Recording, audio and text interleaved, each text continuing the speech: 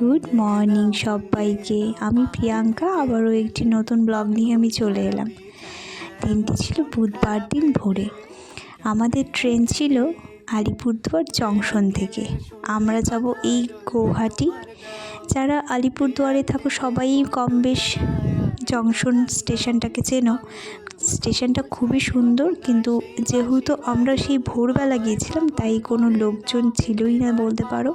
এই তো আমাদের ট্রেনে এবার উঠে যাব। ট্রেনে উঠেই একদম ঘুমিয়ে গেছিলাম। সেই সকালবেলা উঠে যখন আমরা নামার একটু আগে উঠে সব ঠিকঠাক গোছগাছ করে নিয়ে নেমে গেছি। এইবারে আমরা চলে যাব আমাদের গন্তব্যস্থলে, যেখানে আমরা যাওয়ার জন্য এসেছি।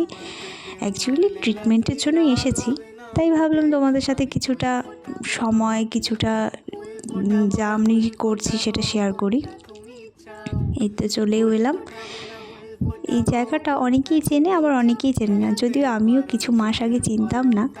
তবে খুব সুন্দর একটি জায়গা। এখান থেকে ভিউগুলো খুব সুন্দর, সাথে পাহাড় ঘেঁষা। জানো, যেহেতু আমি শীতে এসেছিলাম, কিছুক্ষণ পরেই এই ধরো সন্ধে নাগাদ একটা কুয়াশা আচ্ছন্ন হয়ে যায় এইখানে। টাটা, যাই হোক, আজকের মতো